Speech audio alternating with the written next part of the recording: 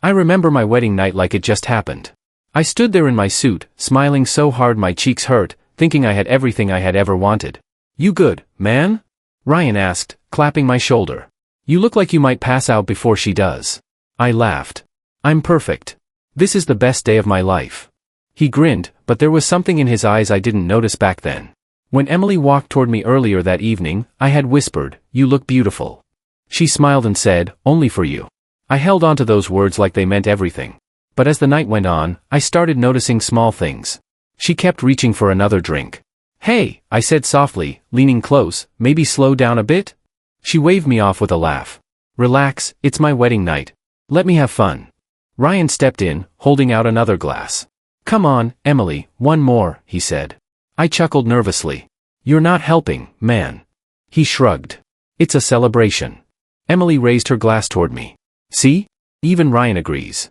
I forced a smile. "Yeah, I guess."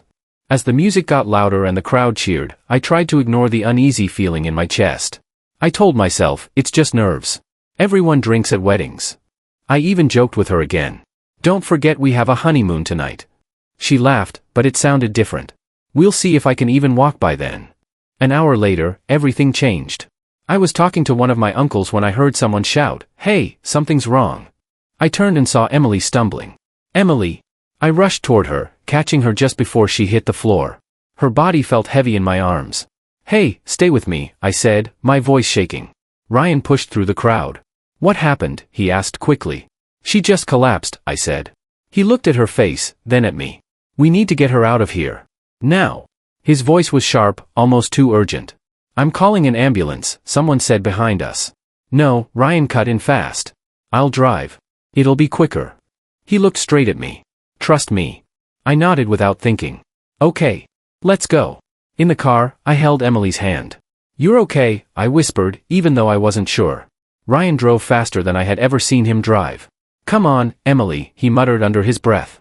At the hospital, everything blurred together. Nurses took her away.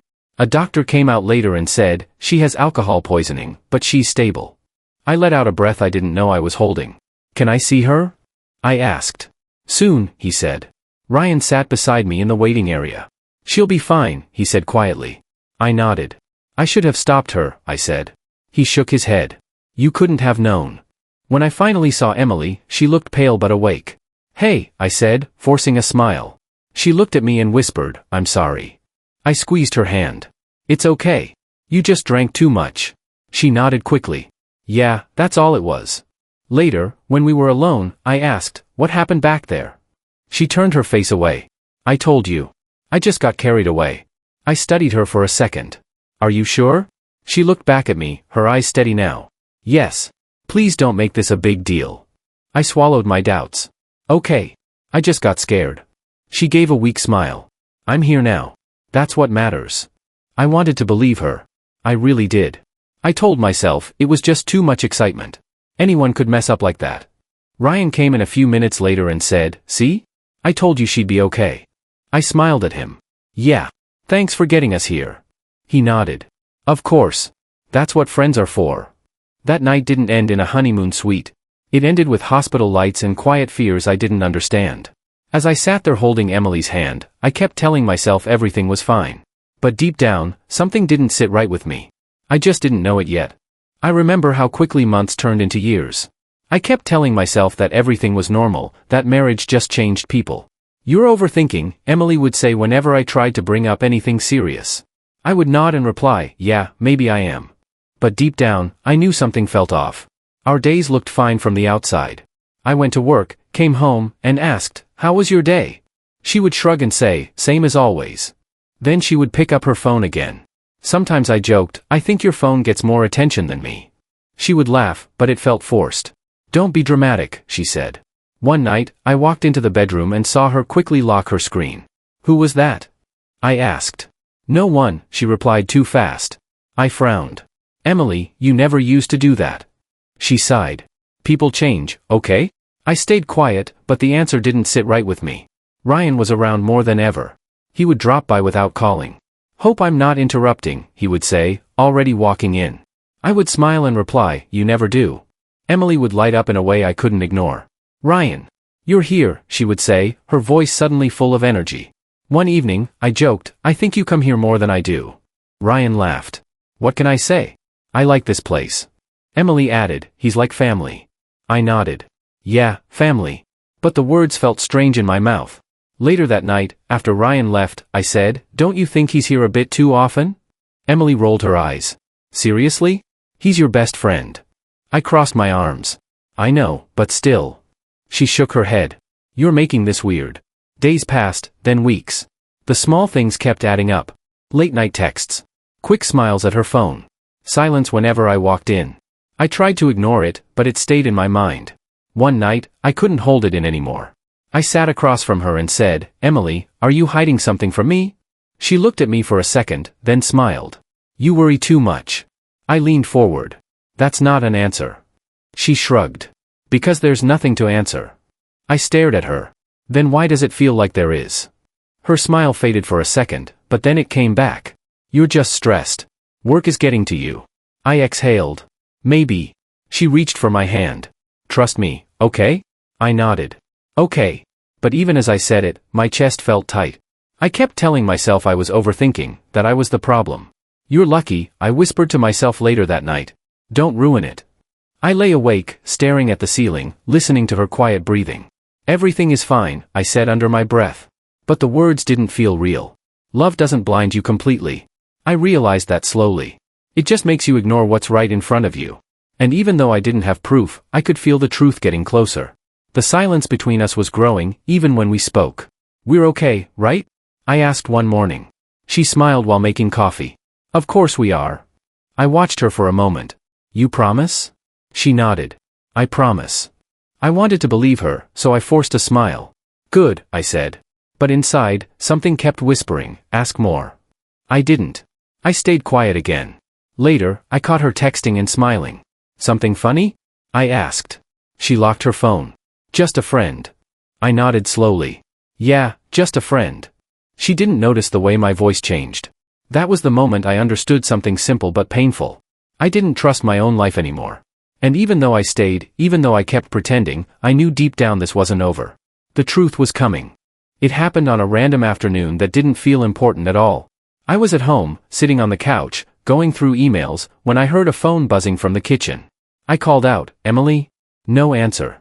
I walked in and saw her phone on the counter. "You forgot your phone," I muttered. It kept buzzing. Again and again.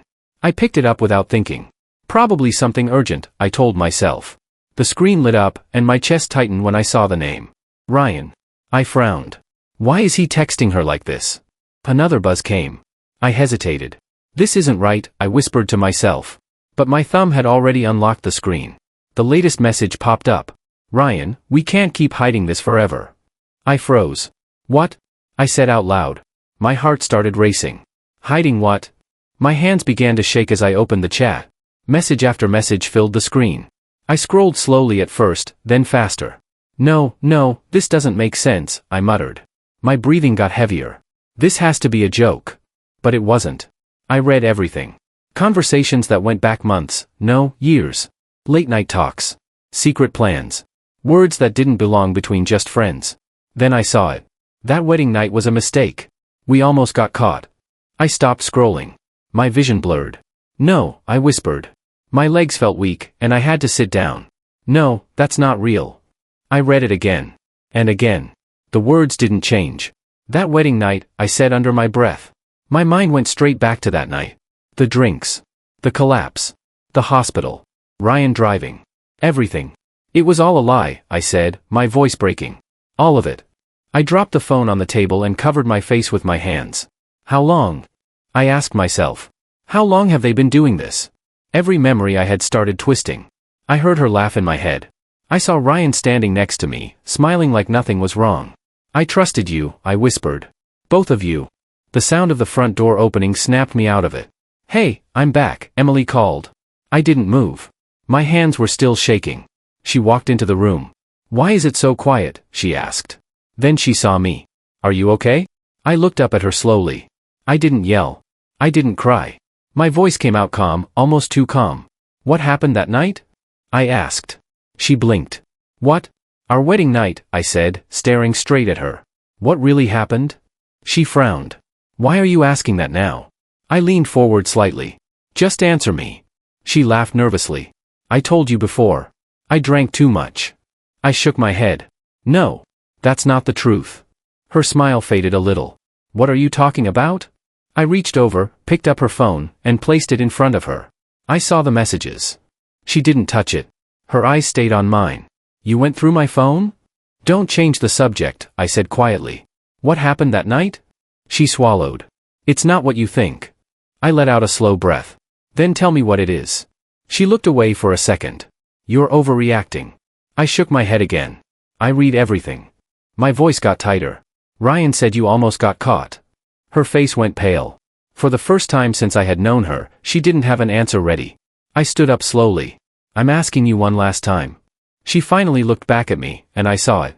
Fear. Real fear. What happened that night? I repeated. She didn't speak. But she didn't need to. It's not what you think, Emily said again, her voice shaking now. I looked at her and pushed the phone closer. Then tell me what I'm supposed to think. She didn't pick it up. You're misunderstanding everything, she said. I shook my head slowly. Read it, I said. Read what he wrote. I don't need to, she whispered. Exactly, I replied. Because you already know. She stayed silent. That silence hit harder than anything she could have said. Emily, I said, my voice low, look at me and tell me this is all fake. She looked up, but her eyes couldn't hold mine. I can explain. I let out a dry laugh. Then explain. She opened her mouth, then closed it again. Tears started forming in her eyes. Say something, I pressed. It just happened, she said weakly. I stared at her. What does that even mean? She wiped her face. I didn't plan it like this. Like what? I asked. Like cheating on your husband with my best friend? She flinched. Don't say it like that. How should I say it? I snapped. Make it sound nicer? She started crying harder. Please, just listen. I've been listening for years, I said. Now you talk. She took a deep breath, trying to steady herself. Ryan and we were close before the wedding. I felt something inside me crack, but I stayed still. How close? She hesitated. Say it, I demanded. We were together, she whispered. I nodded slowly. Before we got married? She nodded back, tears falling. Yes. And you still married me? I asked. I thought it was over, she said quickly. I thought I could move on. I let out a bitter laugh. Clearly, that worked. She shook her head. No, it didn't. That's the problem. I felt my hands clench. So what happened that night? She covered her face for a second, then forced herself to speak. We argued earlier that day, she said. Ryan and I. About what? I asked. About ending things, she said. He didn't want to let go. I felt sick hearing that. And after the ceremony, after everything? I found him, she continued. Found him where? In one of the private rooms, she said quietly. I stared at her. You went to him on our wedding night? She nodded slowly. I just wanted to talk. I shook my head. And that turned into what? She broke down again. We made a mistake. I laughed, but there was no humor in it. A mistake? It wasn't supposed to happen, she cried. But it did, I said coldly. She nodded. Yes. I took a step back, trying to breathe. And the collapse? She wiped her tears. We realized people might notice we were gone too long. So you pretended to pass out? I asked. She nodded again, barely able to look at me. Yes. I felt nothing. No anger, no sadness. Just emptiness. All those people worrying about you, I said quietly. Me thinking you could die. I'm sorry, she whispered. I looked at her, searching for something real. You married me knowing all this? Her voice broke. I thought I could fix everything after. I shook my head. Fix what? You started our marriage with a lie. I loved you, she said quickly. I let out a slow breath. Love doesn't look like this. She stepped closer. Please, I didn't mean to hurt you. You already did, I replied. Her phone started ringing on the table. I glanced at the screen. Ryan. She looked at it, then at me. Please don't. I turned away. Answer it if you want. I don't want to talk to him, she said. Funny, I said. You had no problem talking to him before. The phone kept ringing, then stopped. A second later, it rang again. I picked it up, stared at the name, then put it back down. I'm not interested. She whispered, he wants to explain. I don't need his explanation, I said. I already have yours. The room felt heavier with every second. I didn't want it to be like this, she said. It already is, I replied. She sank onto the chair, crying quietly. What are you going to do? I didn't answer right away. I just stood there, looking at someone I thought I knew. After a moment, I said, I don't know. And that was the truth. Because in that moment, I realized something I couldn't ignore anymore. I hadn't just lost my trust. I had been living a lie for years. And now, for the first time, I had to decide what to do with the truth. I couldn't sleep that night. I lay there staring at the ceiling, replaying everything over and over again. How long? I whispered to myself. How long was I blind? Every memory felt wrong now. Every smile Emily gave me, every laugh Ryan shared with me, it all felt fake. I sat up and ran my hands through my hair. I should expose them, I said out loud. I should tell everyone. The thought burned inside me. I imagined calling people, showing the messages, watching their perfect image fall apart. They deserve it, I muttered. But then another voice in my head spoke. And then what? I stayed quiet. Will that fix anything? I asked myself. I didn't have an answer. The next morning, I went to see my sister, Laura Hayes. She opened the door and immediately frowned. You don't look okay, she said. I forced a weak smile. I'm fine. She crossed her arms. Don't lie to me. What happened? I hesitated, then walked inside. I need to tell you something, I said. She sat down and looked at me. You're scaring me. Just say it. I took a deep breath. Emily, and Ryan, my voice cracked. They've been together. Her eyes widened. What? For years, I said. Even on my wedding night. She stared at me, shocked. That's not possible. I saw the messages, I said. She admitted it. Laura shook her head slowly. I can't believe this. Neither could I replied. She leaned forward. What are you going to do? I laughed bitterly. I don't know. Part of me wants to destroy them. And the other part? She asked. The other part is just tired, I said quietly. She studied my face. You look exhausted. I am, I admitted. I don't even feel angry anymore. Just empty. Laura reached for my hand. Listen to me, she said firmly. You don't need revenge to win. I looked at her. Then what do I need? You need to think about yourself, she said. Not them. I shook my head. That sounds easy, but it's not. I know it's not, she replied. But destroying them won't fix you. I leaned back and closed my eyes. It would feel good for a moment. And then, she asked softly.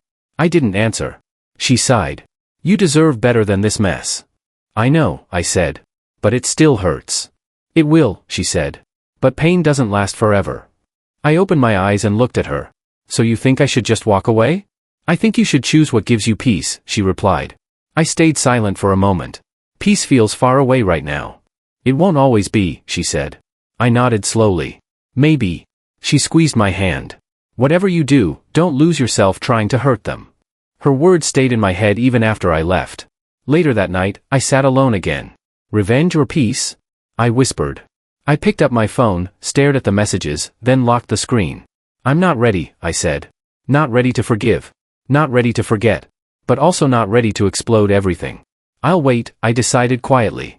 I wasn't staying silent because I forgave them. I was staying silent because I wanted control. Because for the first time in years, I wasn't reacting. I was thinking. And I knew one thing for sure. When the moment came, I wouldn't be weak anymore. Life has a strange way of balancing things, and I started to see it slowly unfold right in front of me. I didn't have to do anything. I just watched. One evening, I heard Emily on the phone in the other room. I told you to handle it, she said in a sharp voice. I paused near the door. No, I can't fix everything for you, she added. I knew who she was talking to. Later, she came out and saw me. How long have you been standing there? She asked. Long enough, I replied. She looked away. It's work stuff. I nodded. Everything seems to be work stuff these days. She didn't answer. Over the next few days, I noticed more cracks. Ryan stopped coming over like before. When he did, things felt different. One afternoon, he walked in and said, "Hey." I looked at him and replied, "Hey." Emily stayed quiet. Ryan cleared his throat.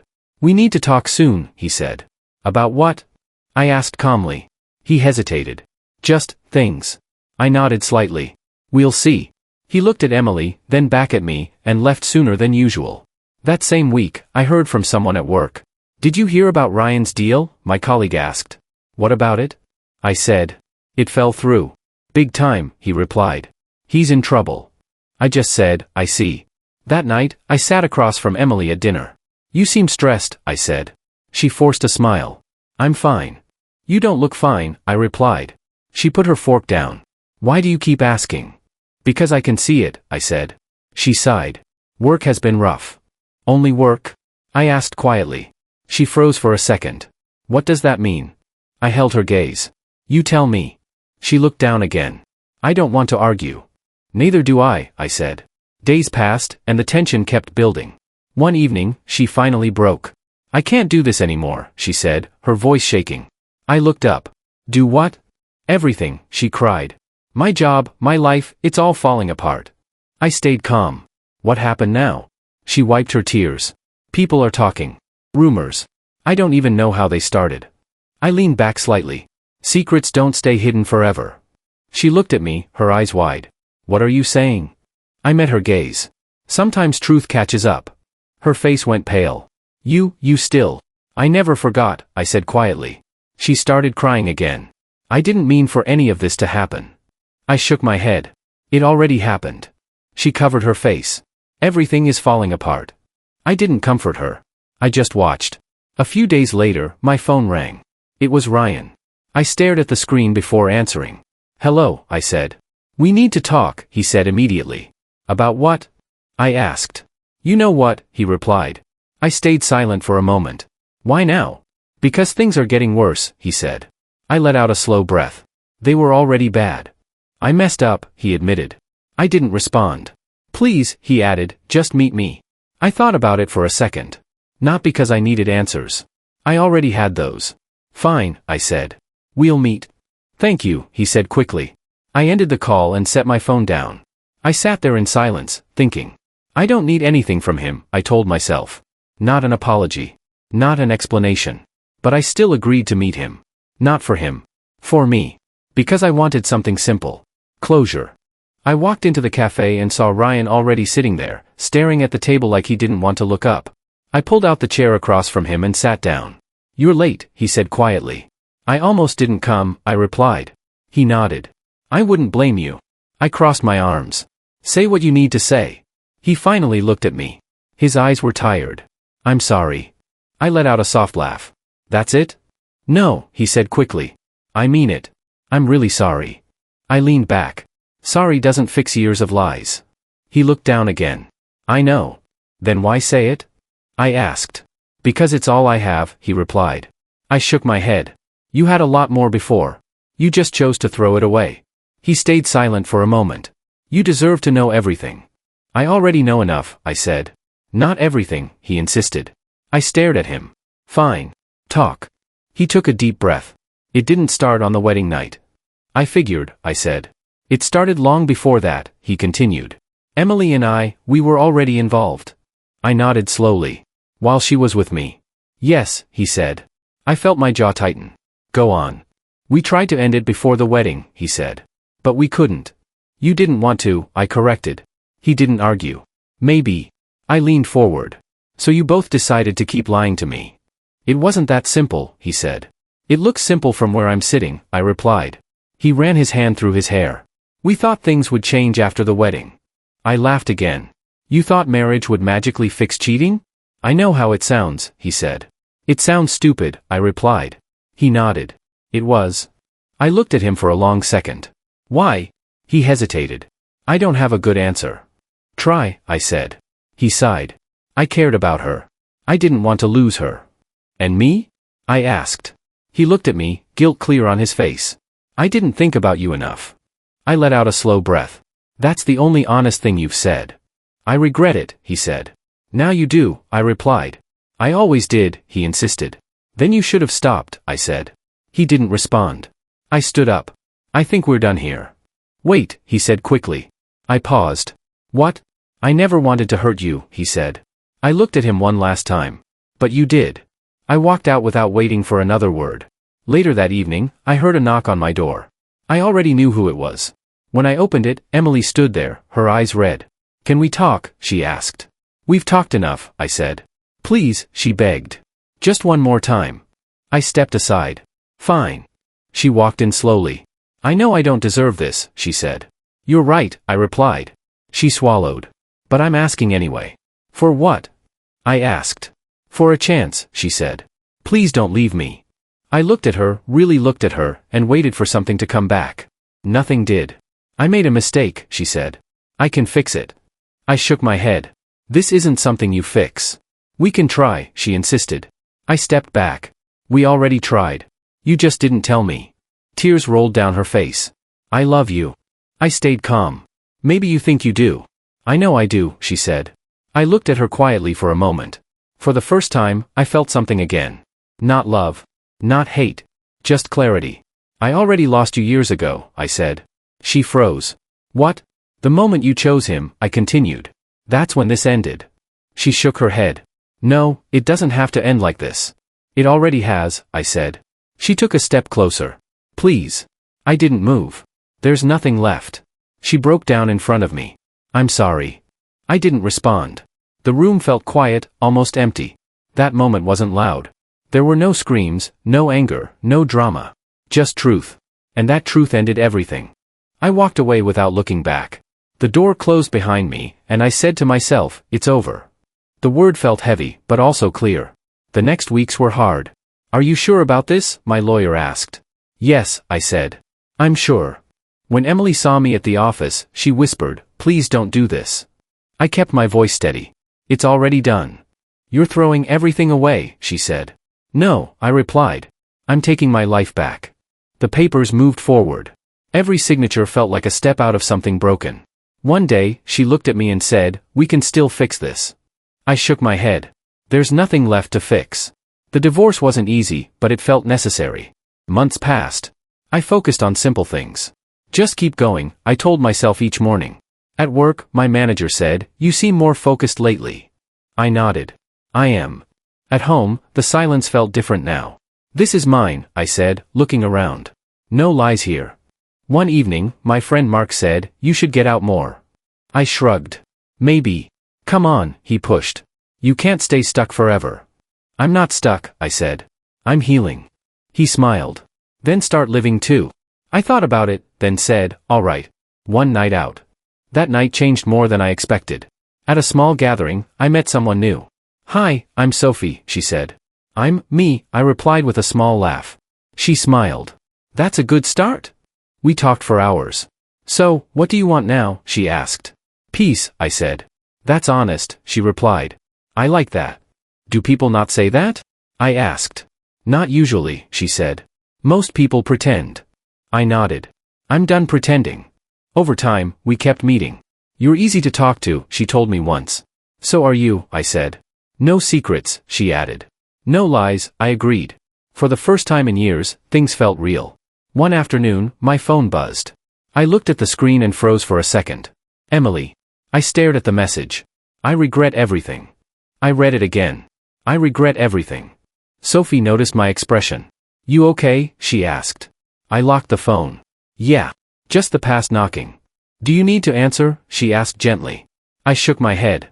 No. Why not? She asked. I thought for a moment. Because I already said everything I needed to say. She nodded. That sounds like closure. It is, I said. Later that night, I looked at the message one last time. I don't hate you, I whispered. I just don't need you anymore. I put the phone down and walked away. Days turned into weeks, and weeks into months. My life felt steady. This is what peace feels like, I told myself. Sophie smiled at me one day and said, you look different. How? I asked. Lighter, she said. I nodded. I feel lighter. Looking back, I thought about that wedding night. I thought it ruined me, I said quietly. Sophie looked at me. Did it? I shook my head. No. It showed me the truth. And the truth set you free? She asked. Yeah, I said. It did. I took a deep breath and smiled. Sometimes, I said, the worst moments save you,